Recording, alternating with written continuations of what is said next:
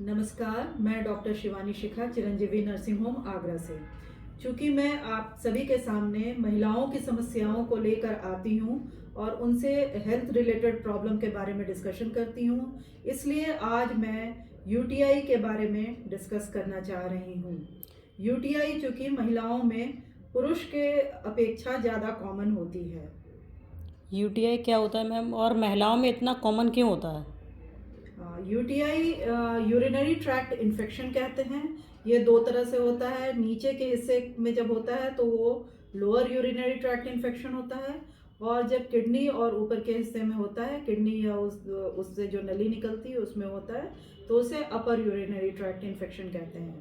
अब ये महिलाओं में क्यों ज़्यादा कॉमन होता है, इसका दो मुख्य वजह है। एक तो यूरेथ्रा यानी जो नली है, जो पेशाब की थैला यानी यूरिनरी ब्लैडर से जो निकलती है, वो साइज में महिलाओं में काफ़ी छोटी होती है पुरुषों की अपेक्षा।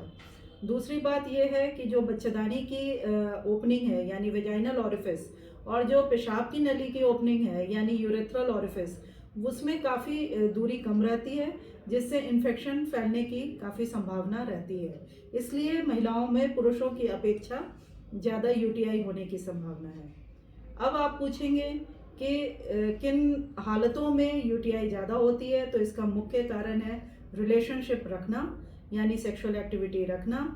और दूसरी बात, किसी को अगर किसी तरह से ब्लड शुगर है जो कि अनकंट्रोल्ड हो रहा है, उसमें यूटीआई ज़्यादा कॉमन हो सकता है।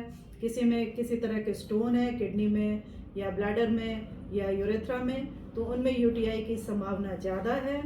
फिर अगर किसी वजह से कैथेटर, यूरिनरी कैथेटर ज़्यादा लंबे समय तक किसी में पड़ी रह जाती है, तो यूटीआई की वो कॉमन कारण होती है। अब इसके लक्षणों की हम बात करें तो बार बार पेशाब का आना, पेशाब में जलन होना, पेशाब करने समय दर्द होना, पेशाब में अर्जेंसी होना, मतलब अगर आपको पेशाब लग गया तो आप बाथरूम तक ना जा पाएँ, उनसे पहले ही पेशाब निकल जाना। तो इस ढंग से इसके सिम्टम्स होते हैं। इसमें बुखार भी हो सकता है, फीवर विद चिल्स कहते हैं, ठंड के साथ बुखार आती है। कभी कभी पेशाब जो है पिंकिश होती है, या फिर बूंद बूंद ब्लड भी पेशाब में टपक सकता है।